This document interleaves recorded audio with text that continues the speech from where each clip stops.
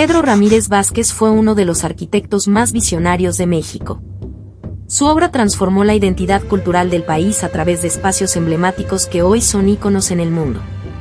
Entre ellos, el Estadio Azteca, el Museo Nacional de Antropología, la Basílica de Guadalupe y el Museo de Arte Moderno. Su estilo combinó modernidad, funcionalidad y un profundo respeto por las raíces mexicanas, creando obras que trascendieron generaciones. Además, fue el encargado de proyectar la imagen de los Juegos Olímpicos de 1968, llevando a México a los ojos del mundo. Hoy, su legado sigue vivo y se abre un nuevo capítulo, la inauguración de la Casa Estudio de Pedro Ramírez Vázquez. Te esperamos este 17 de septiembre de 2025 a las 18 horas, en un evento único presentado por Amazing Speakers.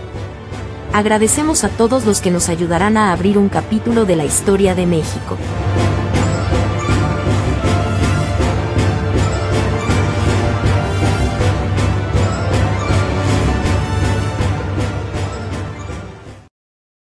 Bueno, les agradezco mucho la atención y el interés, sobre todo, en querer conocer un poco más del porqué de las obras de la trayectoria de Pedro Ramírez Vázquez. En algunos puntos se converge con cosas que tuve oportunidad de realizar en lo personal, pero para entender el porqué de las obras, más allá de hablar de los proyectos, se tiene que hablar de la ideología. El por qué se hicieron, las circunstancias de la época, el por qué se hicieron como se hicieron y a qué obedecieron. Y todo lo tenemos que enfocar al contexto. Pedro Ramírez Vázquez nace en 1919, 2 años después de la Constitución del 17, que es una constitución de orientación 100% social. Estábamos en la época de Porfirio Díaz, para que se den una idea. En 1910 había 22 arquitectos mexicanos, había ingenieros, pero muchos arquitectos, pues Porfirio Díaz los traía, o gentes de su gobierno de Europa, y se auxiliaban de estos arquitectos y de los ingenieros. Y claro, había autoconstrucción. Y toda la obra era enfocada suntuaria. Por ejemplo, pues el Palacio de Bellas Artes, el Palacio Legislativo, que hoy es Monumento a la Revolución, el Palacio Postal, hasta la cárcel, el Palacio Negro de Lecumberri. Ahora sí que éramos totalmente palacio. Y cuando viene este cambio en la Constitución, viene pues la necesidad de construir un país. Y la gente estudiaba mucho derecho como marco jurídico sobre el que vas a construir un país. Pero la arquitectura no es ajena a la construcción de un país. Pedro Ramírez Vázquez, sus hermanos abogados, laboristas, empiezan a estudiar bachillerato de leyes en ese año de la Constitución, y él pues ni había nacido, pero cuando se decide en la arquitectura ya estaba en pleno esta nueva mentalidad de orientación social, y el pensar en arquitectura era pensar en obras de carácter para servir a la sociedad que lo necesitaba, y eso es la arquitectura, hacer proyectos a la ciudad a la que sirves. Y se pensaba en vivienda popular, en mercados, en hospitales, en escuelas. Y su primer trabajo, su maestro era el arquitecto José Luis Cuevas Pietrasanta, que lo manda a Tabasco, en el comité administrador recién fundado del Programa Federal de Construcción de Escuelas. Pero en Tabasco era, en esa época, estamos hablando de 1944, recién recibido, la jungla. Vas a hacer escuelas, y era un país en donde había un índice de analfabetismo tremendo, y si la gente no sabe leer y escribir, menos van a saber interpretar un plano. Y hacer escuelas en ese medio, pues en el Distrito Federal podías pedir tabique, pero allá tabique pues no hay lodo, haz adobe, no hay madera, hay árboles, de ahí haz tus polines, en fin. Y en un país con tanta variedad cultural, climática, geográfica, porque eso es en la selva, pero también en el bosque, en el altiplano, en el desierto, y con una necesidad tal que pues el problema era creciente y las soluciones eran deficientes. Empieza a pensar en, en una estructura que se pueda adaptar a cualquier medio, porque también las vías de comunicación eran precarias y que fuera fácilmente transportable y fácilmente armable. Sale de Tabasco porque pues los intereses políticos, el gobernador quería que las escuelas estuvieran donde se vieran y no donde vivían los niños, entonces hace escuelas aquí, funda su despacho, empieza a trabajar en el proyecto de la ciudad universitaria con Carlos Lazo, concretamente las vías internas y la facultad de medicina. Hace el edificio de la Secretaría del Trabajo y Previsión Social, y al hacer su despacho empieza a hacer mercados. Él proviene de una familia, su padre, mi abuelo, vendía libros de segunda mano, libros de viejo en las calles como vendedor ambulante, porque en la Revolución trabajaba en una compañía de seguros y quebró. Y se dedica a la compraventa de libros. Y como vendedor ambulante, pues no tienes sanitarios, no tienes la higiene requerida. La mujer, y lamento el término, pero las cosas hay que decirlas por su nombre, la mujer, la esposa, era un accesorio que estaba en su casa cocinando, que estaba lavando, cosiendo, qué sé yo, labores domésticas. Y mi abuelo se llevaba a mi papá al puesto como vendedor ambulante. Y cuando hace mercados, él propone, ahí es donde empieza la arquitectura, en el mismo programa, no en el trazar de las rayas, en el programa. Él a los mercados les incorpora regaderas, lo mínimo de higiene, como ambulante no las tenías, ¿verdad? Desde luego sanitarios, les pone guardería y les pone una primaria cerca. ¿Esto para qué? Pues para poder dar condiciones y dignificar a la mujer para que pueda trabajar. Si tiene el servicio de guardería, si tiene los servicios de higiene, duchas y la primaria cerca, la mujer ya puede trabajar. Es ahí en el programa donde empieza la arquitectura, en las necesidades de la sociedad a la que sirve, es la orientación social. Y esa generación de arquitectos, pues Pero Ramírez Vázquez, pues se caracterizó en mercados y en escuelas sobre todo, pero hubo un Mario Pani en que supo dignificar la vivienda, o hubo un Yáñez en cuestiones de salud, un José Villagrán García también en hospitales. Cuando Villagrán García es director de la Escuela Nacional de Arquitectura e incorpora la materia de teoría de la arquitectura, viene un boom en el estudio de la arquitectura, y para 1952 hay poco menos de 450 arquitectos. Hay un mapa en el Museo Sumaya de Plaza Loreto, que es de la Ciudad de México, y hay un punto rojo en donde están ubicadas los despachos de arquitectos, y un pequeño mapa más pequeño en el mismo cartel, donde está el mapa de la República con la división política, con el número de puntos rojos que indicaba el número de arquitectos que hay en cada estado. Hay muchos estados sin arquitectos, ahorita habría que poner un punto rojo donde no hay arquitecto, pero así fue, había mucho trabajo. Fue el construir un México. En 1952 había, como les menciono, poco menos de 450 arquitectos, y 60 de ellos estaban haciendo la ciudad universitaria, y se hablaba de la arquitectura en México como hoy se habla de la arquitectura en los Emiratos Árabes o en países del Medio Oriente, etcétera. Entonces, la arquitectura mexicana, el mundo volteaba a ver lo que se hacía en México. Y esta orientación social, pues luego al concebir el aula rural prefabricada, pues estaba concebida como con elementos que se pudieran armar sin necesidad de soldadura.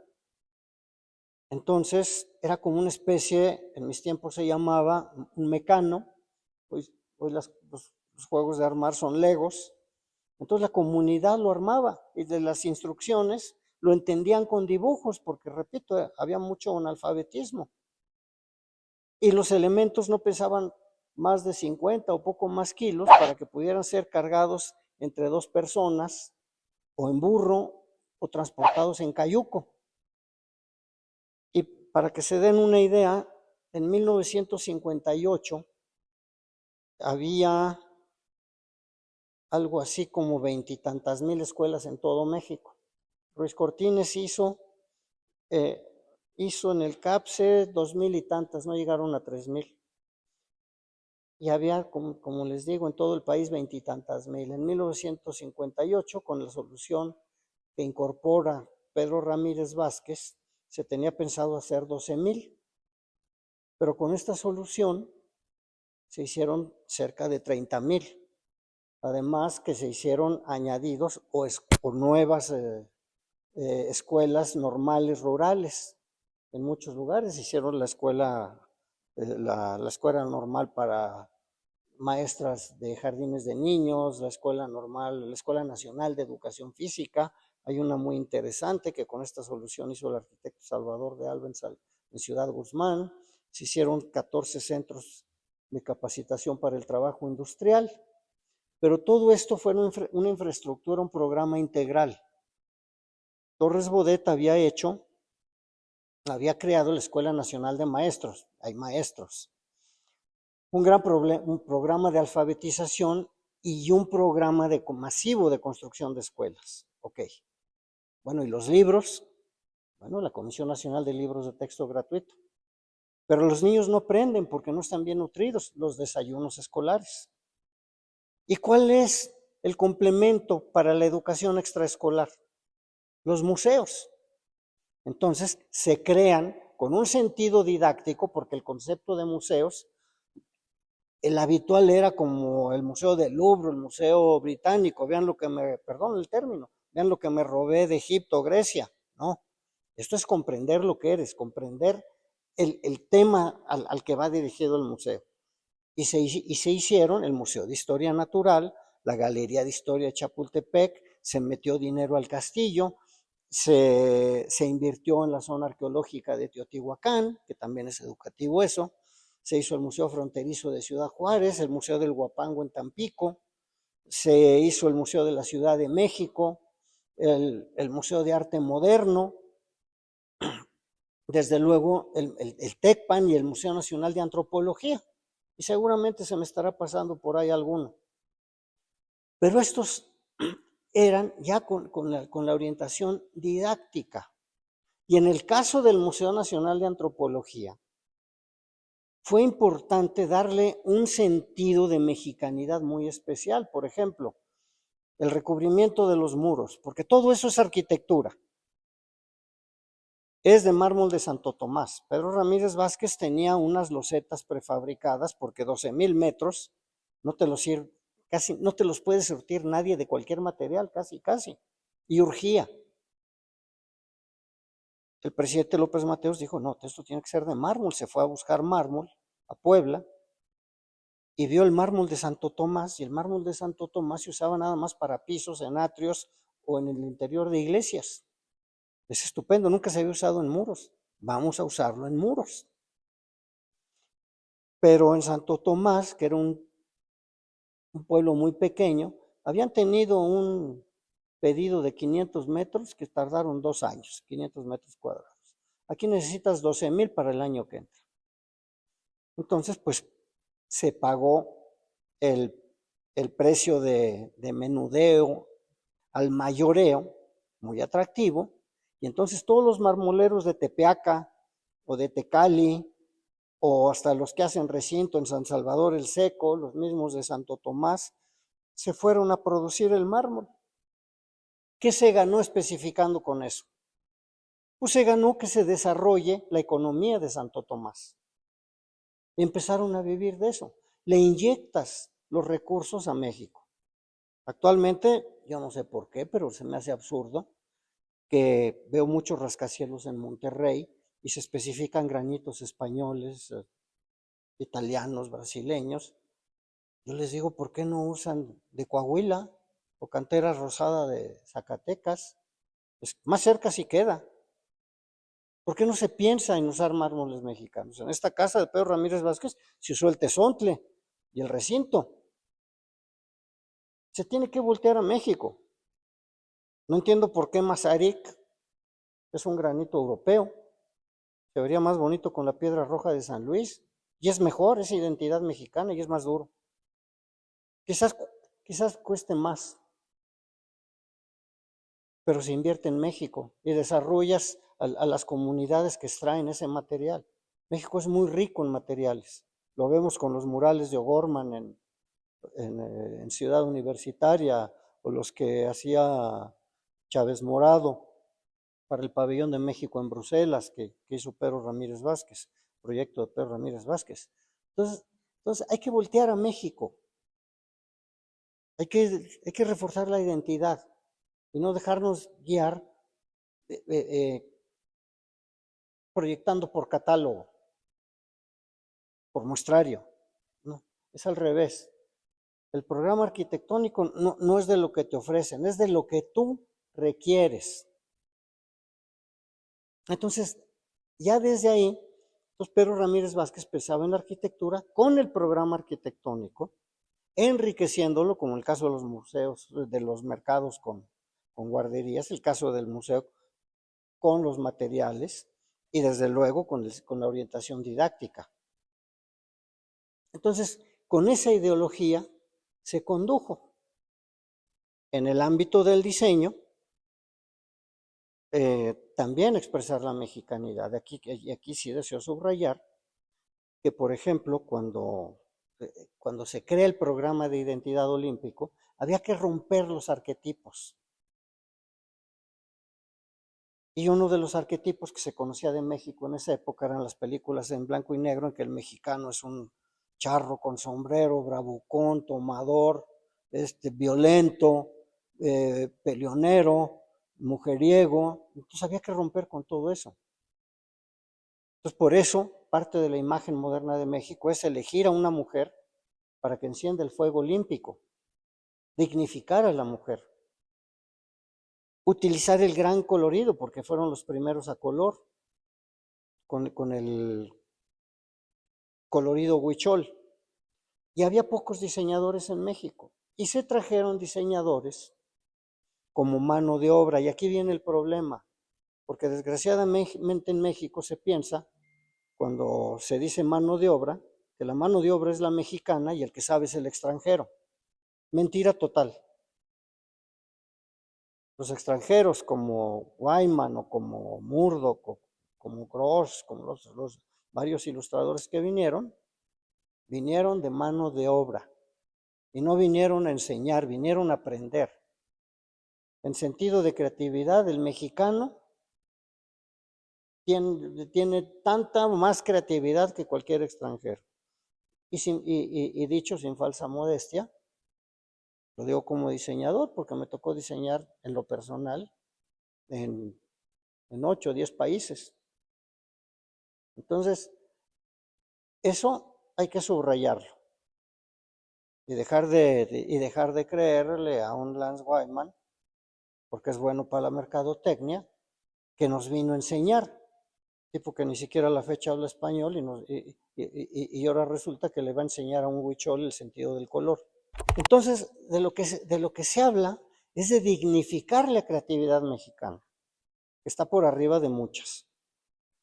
De identificar, proyectar, distinguir, no lo que hacemos, lo que somos con una expresión arquitectónica o gráfica o en acciones y viendo siempre lo que se aporta, porque se habla mucho de que esos diseños, lo dijo Felipe Leal de una manera totalmente temeraria, que fue orientada por el código del OPAR de los 60s. Mentiras.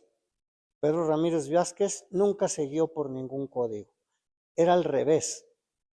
Él creaba un código propio por cada obra. Por eso no tenía estilo, porque cada obra se tiene que identificar consigo misma, con su destino, con la sociedad a la que va dirigida, además de que no tiene por qué parecerse un estadio azteca, un museo de antropología, una basílica de Guadalupe, un congreso de la Unión, ¿no? Son completamente diferentes. Incluso un museo, él proyectó, por ejemplo, el Museo de Nubia en Egipto, que a él lo reconocieron con el premio Aga Khan, que dice, así dice el reconocimiento, for his outstanding architecture for Muslims, por su gran arquitectura para musulmanes. También proyectó, pues, obviamente para nuestro credo, para católicos. No tienen por qué parecerse. Él decía que no sabía hacer, como es muy claro, arquitectura de autor. Entonces, él no se guiaba, como lo afirmó Felipe Leal, por códigos. Él establecía los códigos con los que se guiaba. Y en eso, pues fue, digamos, el punto de partida para dar la imagen de un México moderno ante el mundo en 1968.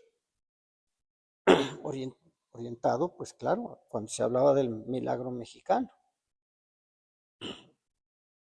Y con esa capacidad de organización que lo llevó a organizar unos Juegos Olímpicos, después crea la Universidad Autónoma Metropolitana. La Universidad Autónoma Metropolitana, para no caer en el error de una gran concentración como ciudad universitaria, en donde se perdió la convivencia interdisciplinaria que se tenían en el centro de la ciudad con las facultades. No sé, medicina en Santo Domingo, arquitectura en San Carlos, creo que la Escuela Nacional Preparatoria, la calle de Argentina, o creo que es Argentino, en Primo Verdad la de Leyes, en fin, había una convivencia interdisciplinaria. En CEU se establecen guetos muy distanciados, y para no perder eso, la Universidad Metropolitana se crean unidades en que están delimitadas por calles dentro de la zona urbana de la Ciudad de México, en diferentes puntos, para evitar el crecimiento desmedido. Y las soluciones son con patios, particularmente Xochimilco y Azcapotzalco, proyectos desarrollados, realizados por el arquitecto David Muñoz, y muy bien entendido el concepto planteado por Pedro Ramírez Vázquez en soluciones de patios para provocar la convivencia interdisciplinaria de la que se habla, porque eso es la vida. Y dividido por áreas, para que los alumnos, si deciden cambiar de facultad, no pierdan todas las asignaturas, el sistema trimestral, para que sea más fácil ponerse al corriente, y el sistema de créditos, que no se usaba, y hoy prácticamente todas las universidades se tienen. Otro proyecto en ese orden de ideas fue la Universidad Iberoamericana, que se desarrolló en el despacho suyo, con Francisco Serrano y Rafael Mijares. No se le da crédito porque cuando vino el temblor en que se cayó la Ibero, creo que fue en el 79, él era secretario de Asentamientos Humanos, pero también arquitecto, y nunca dejó de proyectar. Pues, tenía la inquietud de realizar ese proyecto, y dentro de su responsabilidad como funcionario público, pues era el orientar las obras que podrían detonar desarrollo, que mejor que una universidad. Entonces planteó la universidad allí, tengo el acuerdo con con el entonces presidente José López Portillo para que se realizara allí, se infraestructuró y se aportó la facilidad del terreno. Algo que nunca ha dicho Francisco Serrano es el porqué del tabique. Y el tabique fue porque en 1975, creo, tuvo un reconocimiento en Colombia, lo acompañé ese viaje, y la Universidad Javeriana y las grandes obras del arquitecto Rogelio Salmona en Bogotá, bueno, mucho de Colombia, están hechas con tabique. Extraordinaria la arquitectura colombiana. Y la Universidad Javeriana, pues es de jesuitas, y otras universidades ahí están con tabique, entonces se identifica con la arquitectura jesuita de esos lugares. Y la la Universidad Iberoamericana, pues una universidad privada, estaba de moda un personaje, el Chico Elever, el Pirurris, en fin, y se veía una cosa chocante,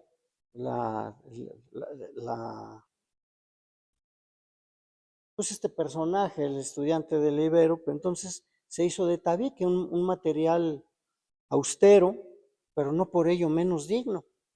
Entonces se identifica patio, como lo había hecho en la metropolitana, como lo había hecho en la metropolitana, y a un bajo costo, y la convivencia interdisciplinaria que hizo en la Universidad Autónoma Metropolitana y en muchas escuelas que hizo en el interior de la República. Entonces, de lo que se trata es hablar de ideología, más que de ideas. Y otra cosa muy importante, el sistema constructivo. El sistema constructivo para que puedan estar a tiempo. Si bien las obras olímpicas no son de su autoría, él orientó la decisión de esos proyectos como jurado a los sistemas constructivos para que pudieran estar a tiempo. Se me hace absurdo, por ejemplo, la famosa suavicrema, esta estela de luz, que el presidente del jurado fue Felipe Leal y Sara Toppelson, que estás celebrando los 200 años de la independencia de México con un mármol o ónix brasileño y con un sistema constructivo que no te deja estar a tiempo. En las obras olímpicas alguna vez le pregunté al maestro Candela, y lo recuerdo muy bien, estaba mi padre ahí, y le dije, oiga maestro, ¿cómo concibió el Palacio de los Deportes? Volteando a ver a mi padre, le dijo, ¿te acuerdas, Pedro, que nos dieron un programa de necesidades de este grueso y te dije, esto no da tiempo ni de leerlo? Tú me dijiste, déjate de problemas, Félix, esto se necesita un sistema constructivo con una cubierta independiente para que hagas al mismo tiempo lo de abajo y todo eso ahí cabe. Me quedé sorprendido. ¿Con qué facilidad? Ese par de arquitectos, uno planteando un concepto y el otro realizándolo. Y con ese mismo concepto estuvieron a tiempo todas las instalaciones olímpicas. Bueno, estas dos nuevas, el Palacio, el Gimnasio Olímpico y la alberca. Y luego también el sistema constructivo para que puedan ser construibles. La Basílica de Guadalupe, por ejemplo, el arquitecto José Luis Benlliuri la tenía rebanando el cerro del Tepeyac, quitando la capilla de indios, prescindiendo de gran parte de capuchinas, de la antigua basílica, de la primera ermita, incluso del panteón, porque no se podía abajo, porque como era la ribera del lago de Texcoco, si tienes dos apoyos, pues uno se va a hundir más que otro y en algún momento se va a fracturar, como ya se perdió parte de capuchinas y hay que estar reforzando constantemente la antigua basílica. Entonces abajo no se podía, entonces Pedro Ramírez Vázquez plantea un concepto en que solamente un apoyo central, un apoyo. Y de ese apoyo hay una plataforma de concreto con pequeñas columnas que son para simplemente sostener la cubierta, que es muy ligera. ¿Qué va a pasar? Que si hay un solo apoyo, puede moverse un poquito, pero no se va a fracturar. El ingeniero Manuel González Flores, Premio Nacional de Ingeniería, le dijo al abad Schulenburg, con esta solución sí se puede abajo. Pedro le dio al clavo.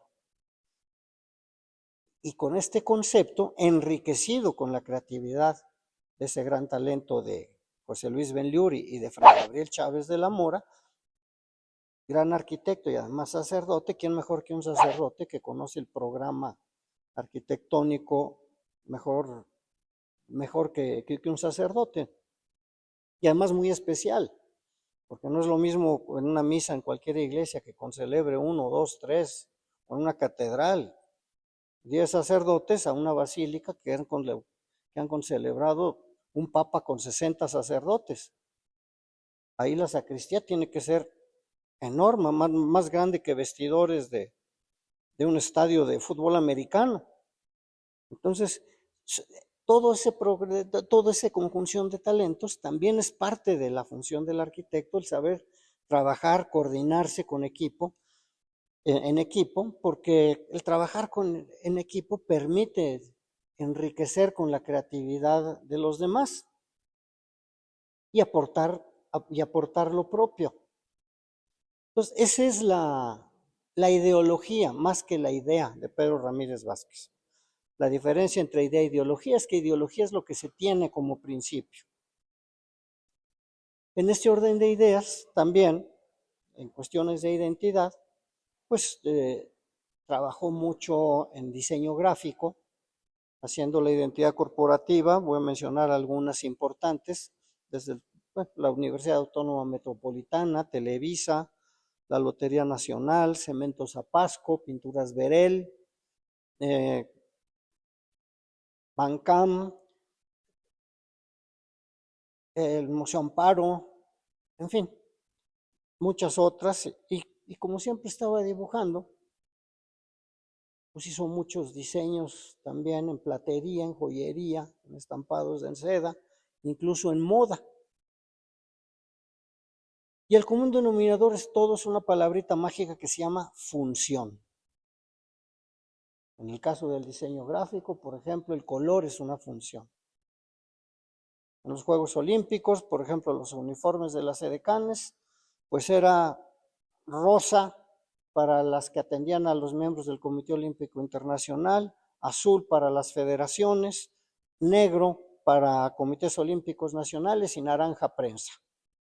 Y servicios, de congresos, de federaciones, de congresos o reuniones de comités olímpicos nacionales. Pero con el color, simplemente en las áreas de prensa, si quería entrar una de azul, pues aquí no, aquí solamente las de naranja. Entonces el color tenía una función. Y por eso también la simbología olímpica, cada deporte estaba identificado con un color. No hay que olvidar que fueron los primeros Juegos Olímpicos que fueron transmitidos a color en todos lados. Y en lo personal, derivado de eso, pues yo siempre también estaba dibujando, pero otro tipo de cosas, diseño gráfico, animación.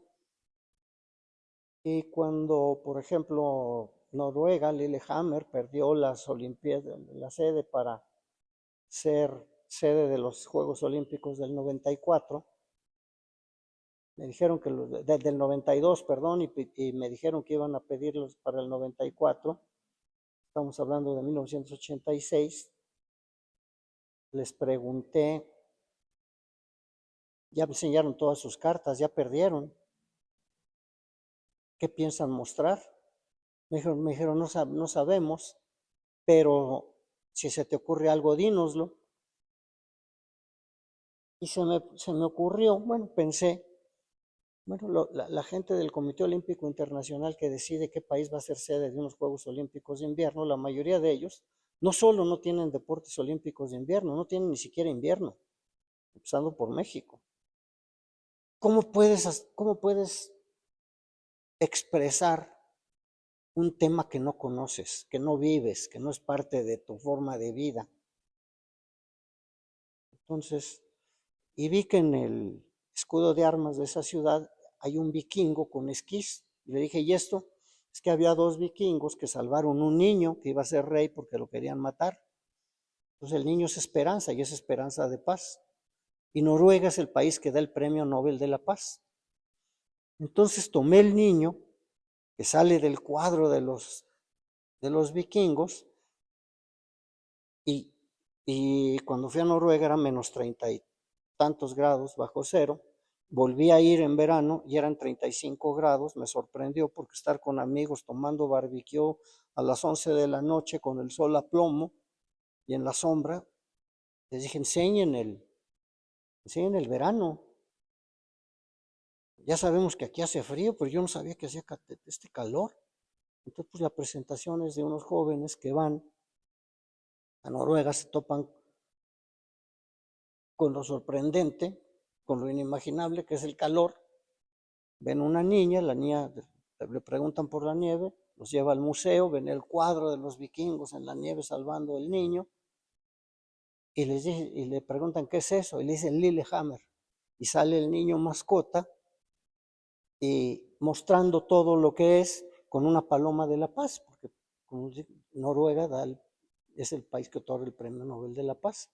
Entonces con el niño, con la esperanza, con la paz, con el calor y ya la infraestructura del invierno, y ganar. Me preguntaron cuánto nos vas a cobrar, les dije nada. Si ustedes, si se ganan, así de fácil, les dije, we all lose, we all win.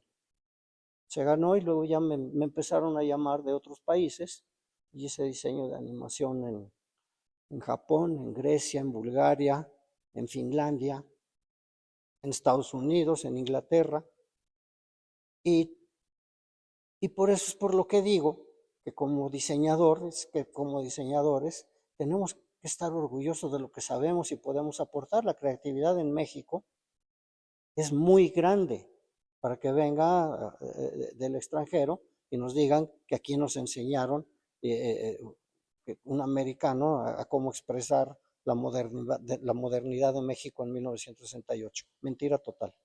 Revaloremos, volteemos a ver a nuestro país, expresemos las constantes culturales nuestras o del país donde trabajemos para proyectar esa identidad, esa función y esas soluciones. Bueno, ese es el mensaje en general, pero como mencionaba, cada obra, por su destino, pues tiene su propia expresión. Y podría mencionar muchas, la X del Pabellón de México en Sevilla, como cruce de caminos. Y ese cruce de caminos luego lo usó el sistema de movilidad del DF, se la fusiló un americano para expresarlo, porque además tenía las rayas paralelas también. Pero en fin, y la ubicación y la dignidad incluso en el planteamiento y la ubicación de dónde debe estar una obra. Eso también es parte del proyecto. El Museo de Antropología, por ejemplo, pues antes de trazar cualquier raya, pues se tiene que tener un programa. ¿Y cómo si no sabemos en dónde se va a hacer? Entonces el predio lo eligió Pedro Ramírez Vázquez junto con don Jaime Torres Bodet. Y no podía estar dando a Reforma porque la colapsa, sino un acceso lateral, en fin, para que tuviera su propia explanada y un desnivel para el estacionamiento. La función del Estadio Azteca, pues aun cuando fue inaugurado en el 1966, pues sigue siendo el único estadio en el mundo en que puedes llegar prácticamente a las puertas de un palco en tu coche. No conozco ningún estadio en que haya 800 palcos que lleguen en coche a las puertas del palco. Y todos los proyectos pues fueron multidisciplinarios. En el Estadio Azteca, por ejemplo, la isóptica fue resuelta por un arquitecto, Luis Alvarado. Las rampas que van de angostas, bueno, bajando de angostas a anchas abajo, o viceversa si va subiendo, porque pues la gente va llegando poco a poco, pero todos salen al mismo tiempo. Y si hay un llenazo de más de 100,000 personas en esa época, pues Entonces tiene que ser fluido con una inclinación que no, que no te permita agarrar tanta velocidad, pero que te haga que vaya rápido. Fueron resueltas por un arquitecto, Eduardo Graf, y toda la coordinación de la obra con un gran talento del arquitecto Luis Martínez del Campo, quien coordinó, eso también fue una gran capacidad de Pedro Ramírez Vázquez, el saber elegir a la persona adecuada en el momento adecuado para la obra adecuada, porque lo llamó y le dijo: Luis, necesito que me coordines la construcción de las instalaciones nuevas, la habilitación de las existentes, que me habilites 57 sitios de entrenamiento, que me capacites a la gente que la va a operar. Las vas a operar y tiene que estar listo en 25 meses. Tu margen de error es 0. ¿Le entras? Arquitecto, lo voy a pensar. No es pregunta, le entras. Entonces, bueno, pues sí, arquitecto, y salió todo bien. Luego también otra cosa que tenía Pedro Ramírez Vázquez era el plantear el proyecto adecuado a la persona adecuada en el momento adecuado. Por eso planteó un museo de antropología a un presidente culto y visionario como fue ese gran estadista que fue Adolfo López Mateos. O planteó el nuevo Palacio Legislativo al presidente José López Portillo con la reforma política que hizo en sus sexenios, en que aumentaba el número de representantes, incorporando más representantes a las minorías, porque pues iba a ser imposible en el Palacio de Donceles. Entonces, ese tipo de observaciones es lo que se debe plantear para hacer posibles los proyectos, porque los proyectos, primero hay que crear las condiciones para hacerlos posibles. Entonces, eso fue lo que tenía, y así, por lo que he mencionado, la Basílica de Guadalupe, pues, plantear la solución adecuada para ese proyecto, ahí con el apoyo de don Antonio del Valle Talavera, que fue quien lo pagó, el proyecto. Y cada proyecto tiene su propia historia. Y eso es lo que podría decir en cuanto a ideología, más que ideas, para poder hacer una reflexión de lo que es el proceso creativo, tanto en arquitectura como en diseño. Pues les agradezco y les estimo mucho el tiempo que me he permitido robarles.